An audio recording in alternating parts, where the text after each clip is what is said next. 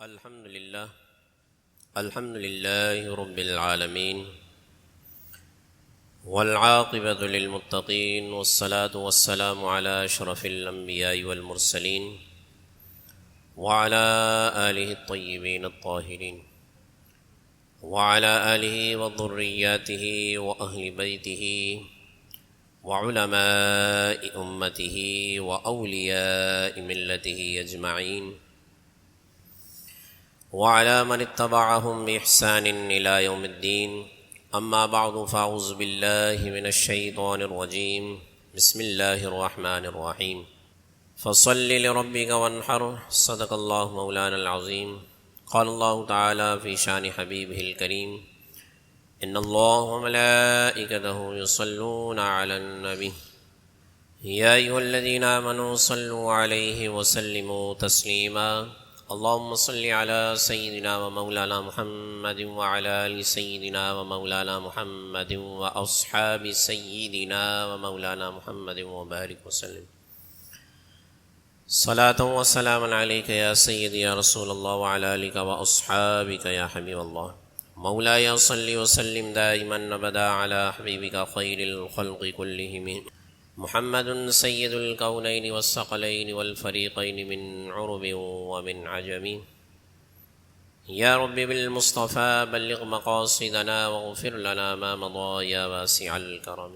حمد و صلاۃ کے بعد انتہائی واجب الاحترام معزز و مکرم سامعین ذی وقار، اللہ رب العزت کی بارگاہ میں انتہائی انکساری کے ساتھ شکر ادا کرتے ہیں کہ اللہ تعالی نے ہمیں دوبارہ جمعۃ المبارک کی عظیم اور بابرکت ساعتیں عطا فرمائی. اللہ کریم کی بارگاہ میں دعا ہے کہ ان ساعتوں کے طفیل سے ہماری تمام عبادات کو اپنی بارگاہ میں قبول فرمائے، تمام چھوٹی بڑی خطاؤں کو معاف فرمائے.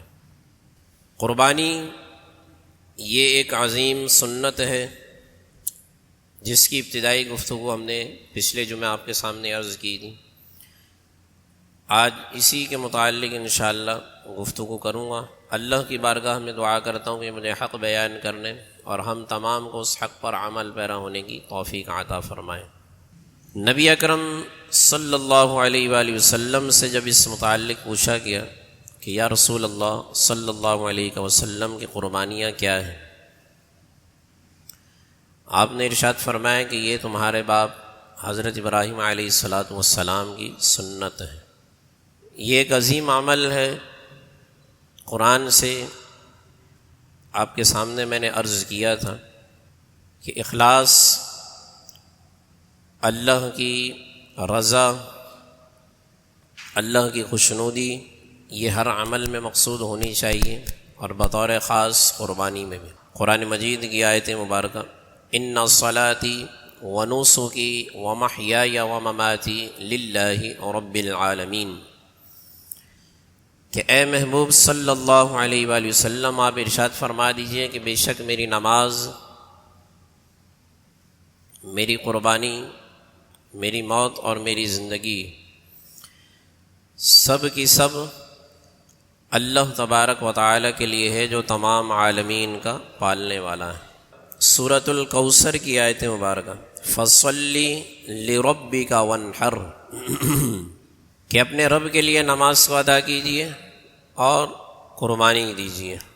نبی اکرم صلی اللہ علیہ وآلہ وسلم کا معمول مبارک کہ آپ 2 مینڈے قربان کیا کرتے ہیں، جس میں سے ایک آپ اپنی جانب سے اللہ کی بارگاہ میں پیش کرتے ہیں، اور دوسرا اپنی امت کے ان افراد کے لیے آپ پیش کرتے کہ جو قربانی کی استطاعت نہیں رکھتے. آپ اندازہ لگائیے کہ حضور جان عالم صلی اللہ علیہ وآلہ وسلم اپنی امت سے کتنا پیار کرتے. ہر سال آپ کا یہی معمول تھا، اور صحابہ کرام علیہم رضوان کی خاص سنت تھی یہ کہ وہ جانوروں کو پال کر ان کی پرورش کرتے، ان کی دیکھ بھال کرتے، ان کو کھلاتے پلاتے، ان کو صحیح صحت مند کرنے کے بعد جب ان سے انسیت ہو جاتی، اس کے بعد اس جانور کو اللہ کی بارگاہ میں قربان کیا کرتے. یہی معمول صحابہ کرام علیہم رضوان کا بھی رہا، پھر صحابہ کرام علیہم رضوان کے بعد تابعین کا بھی یہی معمول رہا ہے۔ جانور خرید کر قربان کر دینا یہ بھی اللہ کی بارگاہ میں افضل ہے، یہ بھی اللہ کی بارگاہ میں افضل عمل، لیکن جانور کی پرورش کرنے کے بعد اللہ کی بارگاہ میں اس کی قربانی پیش کرنا یہ اس کی بنسبت زیادہ اللہ کی بارگاہ میں اس کا اجر و ثواب ہے۔ تو دونوں عمل ہی اللہ کے نزدیک پسندیدہ ہے۔ نبی اکرم صلی اللہ علیہ وآلہ وسلم نے اس بندے کے بارے میں خاص طور پر وعید بیان فرمائی ہے کہ جو قربانی کی استطاعت رکھنے کے باوجود قربانی نہ کرے۔ یہ حدیث مبارکہ پچھلے جمعے میں نے آپ کے سامنے عرض کر دی تھی کہ حضور علیہ الصلاۃ والسلام نے کتنی ناراضگی کا اظہار اس شخص کے بارے میں فرمایا کہ جو قربانی کی استطاعت رکھنے کے باوجود قربانی نہ کرے، تو حضور علیہ الصلاۃ والسلام ارشاد فرماتے ہیں کہ وہ ہماری عیدگاہ کے قریب بھی نہ آئے۔ یہ تو وہ ابتدائی گفتگو تھی جو پچھلے جمعے آپ کے سامنے عرض کر دی گئی۔ اب آج جو اس بارے میں گفتگو کرنی ہے وہ بھی بڑی اہم ہے۔ حصے دار جو جانوروں میں حصے دار ہوتے ہیں، گائے ہو گئی اور اونٹ، ان دونوں کے معاملے میں صحابہ کرام علیہم رضوان بیان کرتے ہیں کہ حضرت جابر رضی اللہ عنہ بیان کرتے ہیں کہ ہم حج کے موقع پر نبی مکرم نور مجسم صلی اللہ علیہ وآلہ وسلم کے ساتھ تھے، اور آپ نے اونٹ میں 7 لوگوں کو حصے دار بنایا ہے۔ تو گائیں اور اونٹ دونوں میں 7 ہی حصے ہوتے ہیں۔ اب جیسے ایک ایصال ثواب کا مسئلہ ذہن نشین کر لیجیے، ایصال ثواب کے معاملے میں ہمارے معاشرے میں غلط فہمی یہ پائی جاتی ہے کہ ہم یہ سمجھتے ہیں کہ شاید ایصال ثواب صرف مرحومین کے لیے کیا جاتا، یہی سمجھتے ہیں۔ ایصال ثواب زندہ شخص کو بھی آپ کر سکتے ہیں، زندہ شخص کو بھی کوئی نفل کوئی نیکی، جیسے اس کی ایک بڑی بہترین مثال میں آپ کو بتاؤں جو آپ میں سے ہر ایک کے ذہن میں ہوگی، حج بدل۔ جانتے ہیں نا حج بدل کیا ہوتا؟ حج بدل یعنی بدل ہوتا ہے، جس شخص کے لیے کیا جا رہا ہے وہ خود نہیں کر سکتا تو وہ اپنے بدلے کسی اور کو بیچتا، حج بدل اسی کو کہتے ہیں۔ اور آپ جانتے ہیں کہ حج بدل زندہ کے لیے بھی کرتے ہیں لوگ، اور وہیں مرحومین کے لیے بھی کرتے ہیں۔ یہ بڑی عام اصطلاح ہے نا حج بدل کی، جو آپ نے حج کے موقعوں پر کئی مرتبہ سنی ہوگی کہ فلاں شخص حج بدل کرنے جا رہا ہے۔ کس کا؟ والد صاحب کا، والدہ کا، اہلیہ کا۔ یا یہاں تک دیکھنے میں آیا ہے کہ جو مالدار شخص ہوتے ہیں کہ ان کے عزیز و اقارب میں کوئی نہیں ہوتا تو وہ کسی اجنبی کو حج بدل کروا دے۔ تو اب حج بدل اتنی عظیم عبادت ہے، تو جب وہ زندہ کے لیے ہو سکتی ہے تو کوئی عمل بھی آپ ایصال ثواب کر سکتے ہیں اپنے زندہ آدمی کے لیے نا، چاہے وہ آپ کے والد ہیں، بھائی ہیں، بہن ہیں، دوست ہیں، عزیز ہیں، رشتہ دار ہیں۔ تو عرض کرنے کا مقصد کیا ہے کہ ایصال ثواب کا جو دائرہ ہے بڑا وسیع ہے، ایصال ثواب کا دائرہ وسیع ہے۔ ایصال ثواب جس طرح مرحوم کے لیے ہو سکتا ہے ایسے ہی زندہ آدمی کے لیے بھی ہو سکتا ہے۔ اب یہاں پر حضور سید عالم صلی اللہ علیہ وآلہ وسلم کی نسبت سے ایک طرز عمل جو قربانی کے حوالے سے آپ کے سامنے عرض کرنا ہے، جو ہمارا ٹاپک بھی ہے، کہ سیدنا مولا علی کرم اللہ وجہہ الکریم ہر سال 2 قربانی دیا کر، 2 قربانی، 2 مینڈے قربان کیا کر۔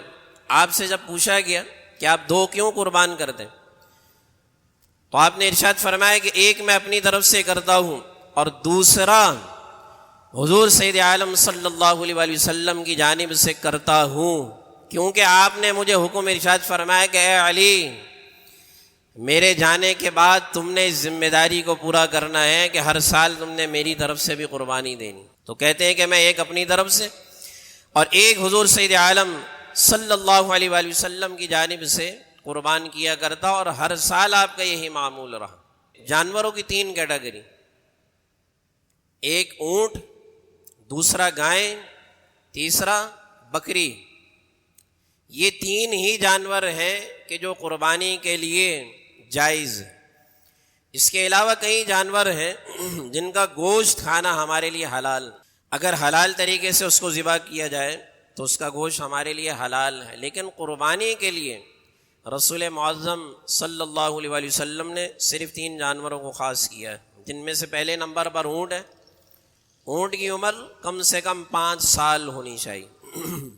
اب اس نوع کی جتنی اقسام ہیں، یعنی اونٹ ہے نا، تو اب نر مادہ اس میں شامل، اس کی جتنی نسلیں ہیں وہ سب اس میں شامل، کسی بھی علاقے کا ہو، کسی بھی نسل کا ہو، قد میں اونچا ہو یا نیچا ہو، وہ سب کے سب اس نوع میں داخل۔ عمر کی صرف قید ہے کہ عمر اس میں 5 سال ہونی چاہیے، اور حصے دار میں نے آپ کو بتا دیا حدیث کی روح سے کہ حصے دار اونٹ میں بھی کتنے ہوتے ہیں؟ 7 ہی ہوتے ہیں، ٹھیک ہے نا۔ اور ہمارے اہل سنت والجماعت فقہ حنفی کے مطابق یہی مسئلہ ہے، اور ہم اسی پر عمل کرتے ہیں۔ اگر کوئی آپ کا ذہن بھٹکانے کی کوشش کرے اور وہ کہے کہ اونٹ میں کتنے حصے دار ہوتے ہیں؟ 10، تو آپ اس طرف مت جائیے، اونٹ میں 7 حصے دار ہی ہوتے ہیں۔ دوسری قسم کیا ہے؟ گائیں۔ اب ظاہر ہے گائیں کی وہی مثال ہے کہ نر مادہ اس میں شامل، اور جتنی قسمیں، چاہے وہ سکھر کا ہو، سبی کا ہو، کہیں کا بھی ہو، ٹھیک ہے نا، ساری قسمیں اس میں شامل ہیں کہ ہر قسم کا اونٹ، ہر قسم کی گائیں، چاہے نر ہے مادہ ہے۔ عمر کی اس میں قید کیا ہے کہ گائیں کی عمر کتنی ہونی چاہیے؟ 2 سال۔ 2 سال عمر کم سے کم ہے، زیادہ سے زیادہ کی قید نہیں ہے، کم سے کم 2 سال عمر ہونی چاہیے، لیکن زیادہ سے زیادہ بھی اتنی عمر نہ ہو کہ وہ بالکل ہی لاغر ہو گیا ہو۔ بالکل بوڑھا آدمی ہوتا ہے نا، تو ایسے جانور بھی بوڑھے ہوتے ہیں، تو بالکل لاغر نہیں ہونا چاہیے۔ ایسے ہی تیسری کیٹیگری کیا ہے؟ بکری۔ بکری میں پھر وہی ساری قسمیں شامل، نر مادہ، اونچا قد ہو نیچا قد ہو، ساری قسمیں اس میں شامل ہیں، اور اس کی عمر کم سے کم 1 سال۔ 1 سال اس کی عمر، 1 سال سے پہلے اس کو قربان نہیں کیا جائے۔ بکری بکرے میں صرف ایک ہی حصے دار ہوتا، باقی دونوں کیٹیگری میں 7 حصے دار ہوتے ہیں۔ اس میں ایک مسئلہ میں پہلے بھی بیان کر چکا ہوں کہ بعض لوگ یہ غلطی دہرا لیتے ہیں، بات پھر وہی آ جاتی ہے کہ فَاسْأَلُوا أَهْلَ الذِّكْرِ إِن كُنتُمْ لَا تَعْلَمُونَ۔ قرآن میں حضور علیہ الصلاۃ والسلام نے خاص طور پر اس پر عمل کرنے کا حکم دیا ہے، قرآن کی آیت مبارکہ کہ اہل الذکر ان کنتم لا تعلمون، کہ جب تمہیں معلوم نہ ہو تو اہل علم سے اس کے متعلق سوال کر لیا کرو۔ ہمارے ہاں سوال کرنے کا رجحان بڑا کم ہے، اور دین کے معاملے میں تو بالکل ہی کم ہے، دین سیکھنے میں ہم بڑے کمزور۔ غلطی لوگ کیا کرتے کہ جانور لے آتے، 7 اس میں حصے ہیں نا، تو اب ایک حصہ کہتے ہیں کہ یہ اللہ تبارک و تعالیٰ کے لیے، ایک حصہ حضور علیہ السلام کے لیے، اور باقی 5 حصوں کو پھر وہ اپنے درمیان تقسیم کرتے ہیں، یعنی ایک اللہ کے لیے خاص کر دیا، ایک حضور علیہ السلام کے لیے خاص کر دیا، اور باقی 5 حصوں کو اپنے درمیان پھر تقسیم کرتے ہیں کہ یہ باپ کا ہے، یہ بھائی کا ہے، یہ بہن کا ہے، یہ فلاں کا ہے، یہ فلاں کا ہے۔ تو اب جب آپ نے پہلا حصہ اللہ کے لیے خاص کیا ہے تو وہ بالکل غلط ہے۔ غلط کس اعتبار سے کہ پورا کا پورا جانور ہی اللہ کی راہ میں قربان کیا جا رہا، پورا جانور آپ اللہ کی راہ میں قربان کر رہے ہیں، تو اب ایک حصہ اللہ کے لیے خاص کرنا ضروری نہیں۔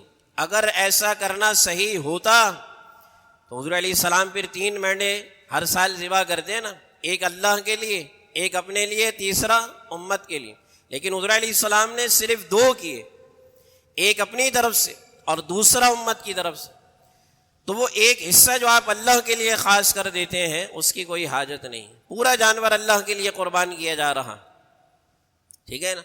ہاں حضور علیہ الصلاۃ والسلام کے لیے آپ کو کرنا چاہیے اگر آپ کی استطاعت ہے تو، بعض لوگ کرتے بھی ہیں، بڑی اچھی بات، کیونکہ حضور علیہ الصلاۃ والسلام نے ہمیشہ ہی ایک جانور اپنی امت کی طرف سے قربان کیا، اور امت کی طرف سے بھی خاص ان افراد کے لیے کہ جو قربانی کی استطاعت نہیں رکھتے، خاص ان افراد کے لیے۔ ہمارا تو کیا ہوتا ہے کہ استطاعت نہ ہونے کے باوجود ہم معاملات اپنے اوپر لازم کر لیتے ہیں نا، تو یہ لازم کرنا اپنے آپ کو مشقت میں ڈالنے والی بات، کیونکہ حضور علیہ الصلاۃ والسلام نے ہر اس شخص کی طرف سے قربانی ہر سال کی ہے کہ جو استطاعت نہیں رکھتا ہے، جو استطاعت نہیں رکھتا ہے۔ قربانی صاحب نصاب کے لیے ضروری ہے۔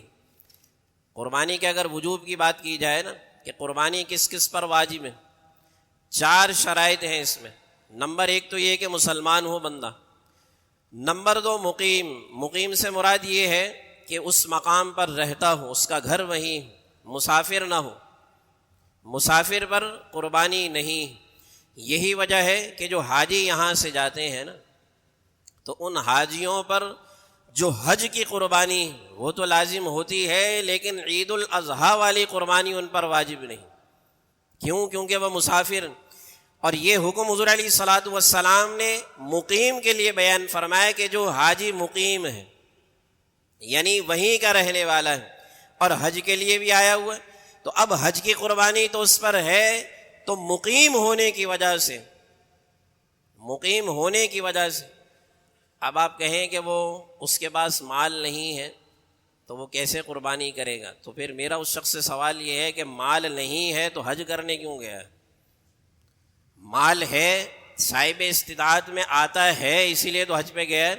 اور اس سال تو ماشاءاللہ سبحان اللہ جو اس سال حج کے اخراجات ہیں وہ تو اچھے اچھے صاحب استطاعت لوگوں کی رینج سے بھی باہر ہے۔ اس سال اللہ نے جن کو توفیق دی، جن کے معاملات بنے، وہ اس سال حج پہ گئے اور جا رہے ہیں۔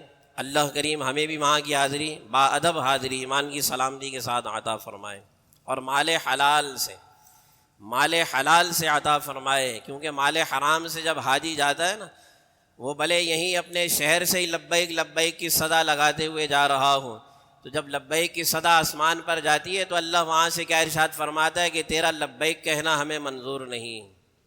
اب آپ بتائیں بندے کے لیے کتنے خسارے والی بات ہے کہ وہ اتنا پیسہ خرچ کرے اور لبیک کی صدا لگائے اور اللہ کی بارگاہ میں عرض کرے کہ یا اللہ میں حاضر ہوں، اور اللہ آگے سے ارشاد فرمائے کہ تیری حاضری ہمیں قبول نہیں ہے، تو بندے کے لیے کتنے خسارے والی بات ہے۔ وہیں مال حلال والا، حلال سے کمایا ہوا مال، اس کو خرچ کر کے جب بندہ حج پر جاتا ہے تو اپنی مقام سے جب لبیک کہتا ہوا نکلتا ہے تو اللہ تعالیٰ اس کی لبیک پر جواب دے کر ارشاد فرماتا ہے کہ اے بندے تیرا لبیک ہمیں قبول ہے۔ تو نمبر 1 کیا ہے؟ مسلمان، نمبر 2 مقیم، نمبر 3 صاحب نصاب۔ یہ مسئلہ ذہن نشین کر لیجئے کہ قربانی صرف صاحب نصاب، جو مالک نصاب ہے، صرف اس پر واجب ہے۔ مالک نصاب کے علاوہ کوئی اور بندہ ہے کہ جس کے پاس نصاب جتنا مال نہیں۔ نصاب کیا ہے؟ اتنا مال کہ جس پر زکوٰۃ فرض ہوتی ہے۔ پہلے بھی بیان ہو چکی ہیں، دوبارہ عرض کر دیتا ہوں کہ 52.5 تولہ چاندی یا 7.5 تولہ سونا یا ان میں سے کسی ایک کی مقدار کے برابر مال ہو، کیش ہو، مال تجارت ہو، یا حاجت اصلیہ سے زائد مال اس کے پاس اگر موجود ہے تو اس پر زکوٰۃ بھی واجب ہے سال گزرنے کے بعد۔ اور اگر قربانی کے ان 3 دنوں میں، قربانی کے ان 3 دنوں میں اگر اس کے بعد اتنا مال آ گیا ہے تب بھی اس پر قربانی واجب ہے۔ اور یہ آج کے دور میں اگر اس کی آپ رقم لگائیں تو زیادہ سے زیادہ 90,000 کے اندر اندر بنے گی 52.5 تولہ چاندی کی رقم۔ آج سے کچھ عرصہ پہلے تک تقریباً 80,000 کے قریب، تقریباً آپ لگا لیں 90 کے اندر اندر ہی بنے گی۔ اگر اتنی مقدار میں سونا بھی کسی کے پاس موجود ہے، جیسے عام طور پر 1 تولہ سونا کسی کے پاس ہے، اب وہ کہے کہ 52.5 تولہ چاندی میرے پاس نہیں، نہ 7.5 تولہ سونا ہے میرے پاس، تو صرف 1 تولہ سونا ہے، تو لہذا مجھ پر نہ زکوٰۃ واجب ہے نہ مجھ پر قربانی واجب ہے۔ تو اب آپ اگر 1 تولہ سونا بیچنے کے لیے جائیں گے تو اس بیچنے پر جو رقم آپ کو ملے گی اس رقم سے آپ بآسانی 52.5 تولہ چاندی خرید سکتے ہیں یا نہیں؟ بلکہ بچ بھی جائیں گے، بچیں گے بھی نا۔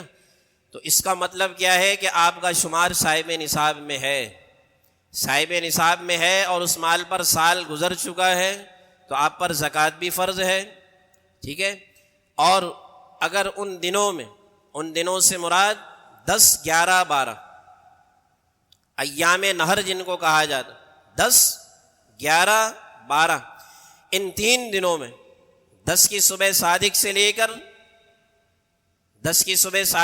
کر 12 کی غروب آفتاب تک، یہ 3 دن اگر اس کے پاس اتنا مال موجود ہے تو اس پر قربانی واجب ہے، اور صاحب نصاب ہونے کے باوجود بھی اس نے قربانی نہیں کی تو حضور علیہ الصلوۃ والسلام ارشاد فرماتے ہیں کہ وہ ہماری عیدگاہ کے قریب بھی نہ آئے۔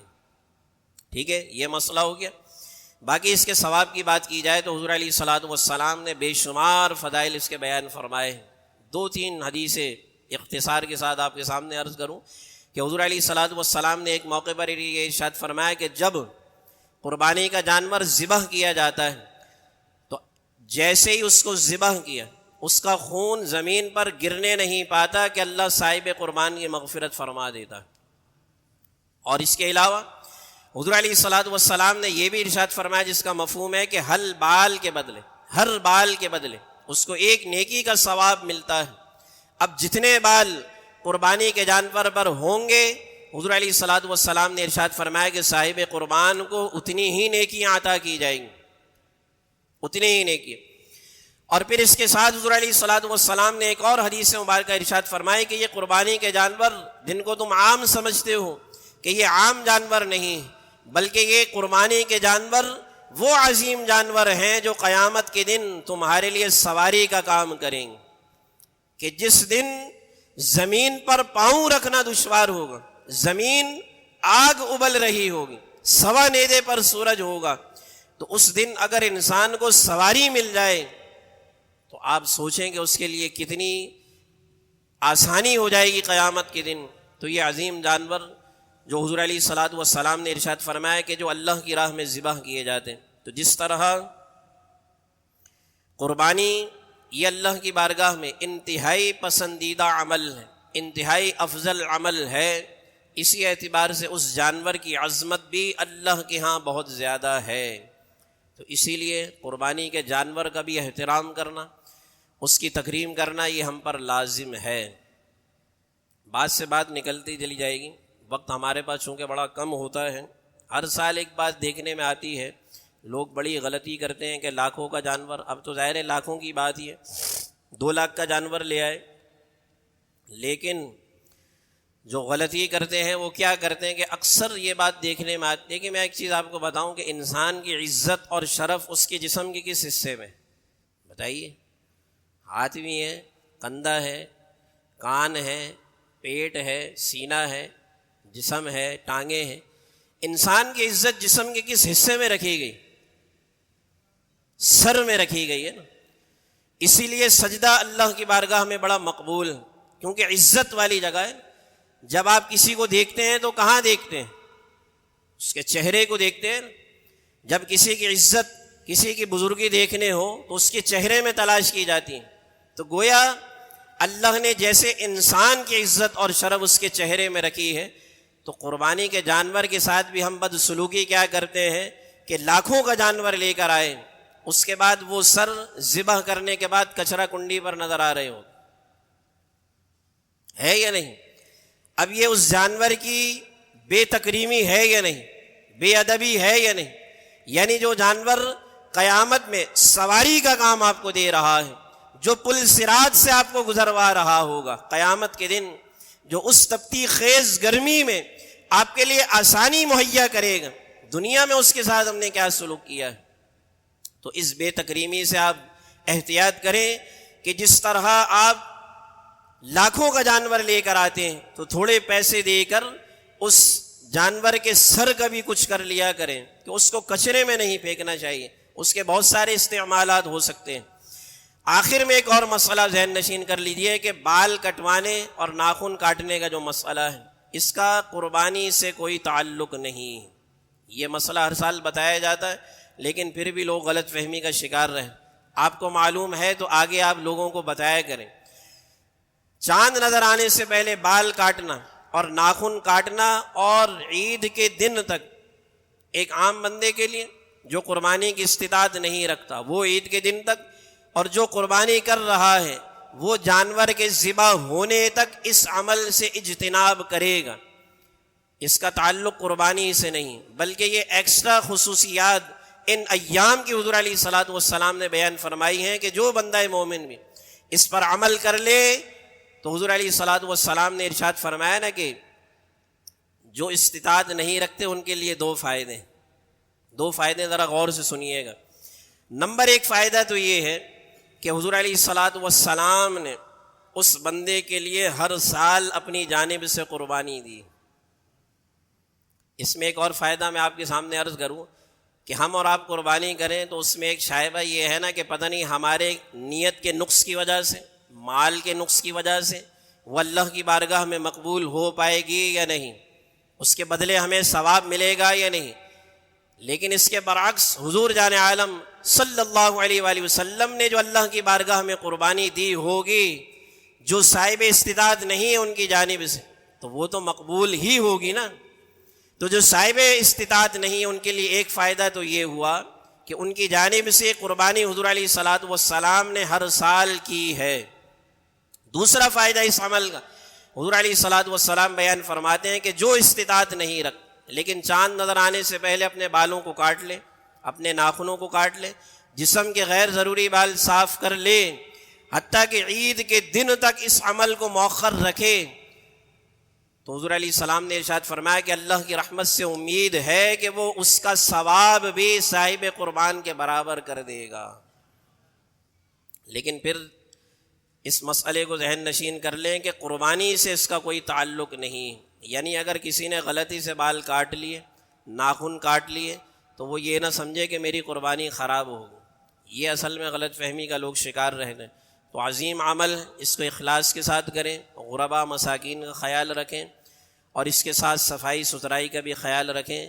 باقی جو قربانی کے جانور کے اعضاء ہوتے ہیں ان معاملات میں بھی آپ ذرا احتیاط سے کام لیں کہ جہاں جانور پر آپ نے پیسہ خرچ کیا ہے ان معاملات پر بھی تھوڑا سا پیسہ خرچ کریں، تاکہ آپ بدقسمتی سے اللہ کی بارگاہ میں بے ادبی کے مرتکب نہ ہوں۔